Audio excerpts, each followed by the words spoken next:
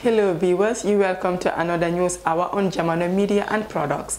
We first begin with our headlines.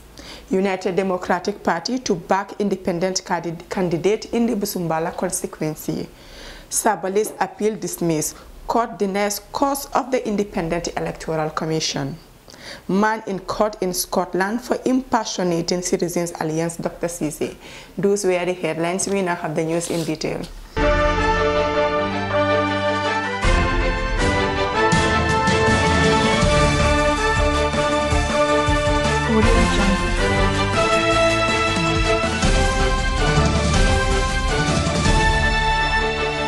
Following the court's dismissal of the appeal of Momodu Sabali, the United Democratic Party proposed candidate for Busumbala constituency in this weekend's National Assembly elections. This standard has learned that the Yellow Party will put its campaign Georgia Nant family behind Muhammad Kante, an independent candidate. Although up to the time of going to press, the party has not formally released a statement on its position, grassroots mobilizers and constituency officials have told the Standard they will back Kante. They wanted Sabali as their first choice, but they were alive to the fact that Barrow government would do anything to block his nomination. That is why Kante was nominated as an option, a prominent United Democratic Party supporter who does not want his name to be said. The United Democratic Party campaign manager in the Busumbala, Suleiman Bojang, confirmed to the Standard last evening that both Sabali and Kante, along with one Kamang Jaula, were proposed by members of the constituency committee to contest the seat. They submitted their names to the party national executive. Sabali was the first choice, but there were fears that the Jano Commission report may be used against him. They got a legal opinion suggesting he could be cleared to contest, and that's why they all rallied behind him as the party's nominee. However, when he was rejected by the Independent Electoral Commission, Muhammad Kante was encouraged to seek nomination, and he was duly nominated as an independent candidate. But the supporters continue to support Mr. Sabali right up to the end of his court appeal, Suleiman Bojang said. Mr. Bojang said now that Sabali cannot contest, the United Democratic Party does not officially have a candidate in Busumbala constituency, but urge all the party's voters to cast their ballots for Kante on Saturday to flush out.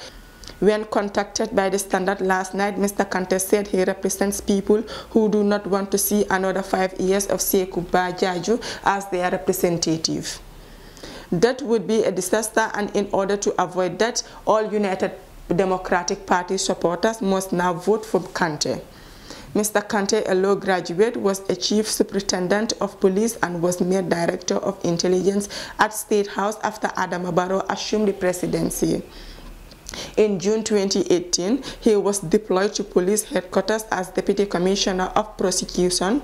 This was after content started developing between the president and Usainu Dabo, the latter being an uncle to Kante. In January 2020, during the tense standoff between the Operation 3 Years Jotna agitators and the government, Kante publicly passionately upbraided the president and the police for assaulting the demonstrators who he said had police permit. He said he didn't care about losing his job for speaking out. He was later charged with neglect of official duty and pleaded not guilty. The court later acquitted and discharged him.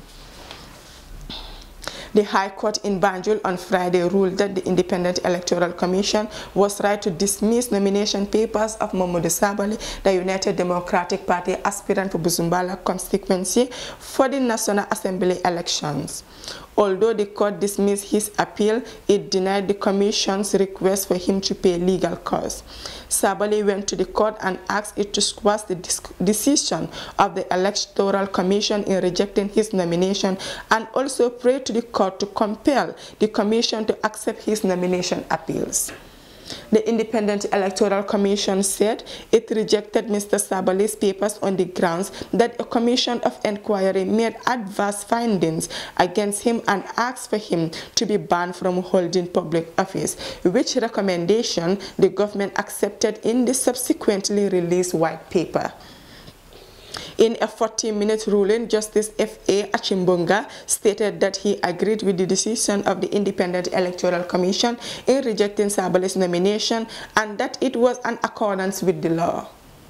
He said the court was satisfied that Sabali is incompetent. He will hold public office after a specific finding against him by a commission of inquiry, which banned him from holding public office by reasons of fraud in the state. The court held that the Commission of Inquiry did not only make address of findings against the application as to make him incompetent to hold public office, the Commission actually banned him from being appointed as a director in any state-owned enterprise in the Gambia, he ruled, adding that there is no evidence to show that the findings of the inquiry against Sabali have been set aside. The application therefore lacks merit and is therefore dismissed, he said. After the ruling was delivered, the Independent Electoral Commission lawyer Fatou Jawo informed the court that the Electoral Commission was asking for a cost from Sabali. This was challenged by Sabali's lawyer Abdullahi Fati, who contended that his client was simply exercising his constitutional rights and awarding costs in this case will stop others from filing such applications. This application is not malicious by any means. Any aspiring candidate whose candidature has been rejected by the Independent Electoral Commission should have the full confidence to file applications before the courts, he said. The judge agreed and said to award costs in this nature will only discourage the public to be full participant in the democratic process. A Gambian caught working illegally at a porridge factory in Scotland was using fake ID linked to Dr. Ismaila Ceesay, a presidential candidate for Citizens Alliance in the 4th December election. The 44-year-old Ismaila Ceesay told a court that he fled the Gambia to escape a wave of murder which claimed the lives of family members. He obtained a Swedish identity card with details relating to Dr. Ismaila Ceesay. He was caught after an anonymous letter was sent to his bosses with a web link to a story about Dr. Ceesay's electoral run. When he appeared at Edinburgh Sheriff Court at the weekend, Ceesay admitted possessing a false ID card and working in the UK illegally. A prosecutor, Jack Custer, said Ceesay had been working for a porridge company for 2 years when the anonymous letter was sent to its senior staff, alleging he was working illegally. Mr. Custer said the letter included a link to a story about an Ismaila Ceesay who previously lived in Edinburgh but returned to the Gambia, where he was running for the presidency.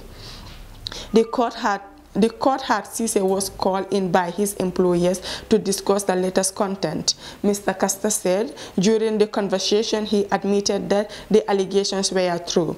The prosecutor said the company contacted the Home Office, whose officials searched Ceesay's address and found a Gambian passport attributed to him confirming his nationality.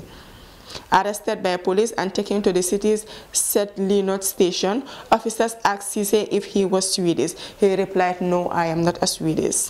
Scott Defense Counsel Liam Kildare said his client went to Scotland alone a decade ago to escape conflict in the Gambia. Mr. Kildare claimed several of his family members had been murdered by government soldiers and he left unnecessary to flee. The solicitor said Ceesay obtained through a friend a Swedish ID card relating to a person who was shared the same name as him. This person held dual nationality for the Gambia and Sweden. Mr. Ceesay's intention in possessing this ID card was to find work. The intention was to work allegedly rather than for the purposes of impersonation to commit more serious offenses. His intention was survival. The court was told Ceesay married a United Kingdom national in November 2020, and that confirmed the right for him to remain in the United Kingdom and work there. Cisse will be sentenced at Ebonjan Sheriff Court later this month. Last year, it was reported that Dr. Ismaila Cisse, the Citizens Alliance presidential candidate in the Gambia, had renounced his Swedish citizenship as he prepared his presidential run. It was reported Dr. Cisse obtained Swedish citizenship in 2002 after studying there and previously lived in Scotland, where he studied at the University of Edinburgh. Those were the stories for our today's newscast, but before we take a leave of you, let's take a recap on our top stories. The United Democratic Party to back independent candidate in Busumbala. Sabali's appeal dismissed. Court denies cost of the Independent Electoral Commission. Man in court in Scotland for impersonating Citizens Alliance, Dr. Cisse. Those were the stories. Thank you for joining us with your presenter, Maria McGillan. Do have a nice day.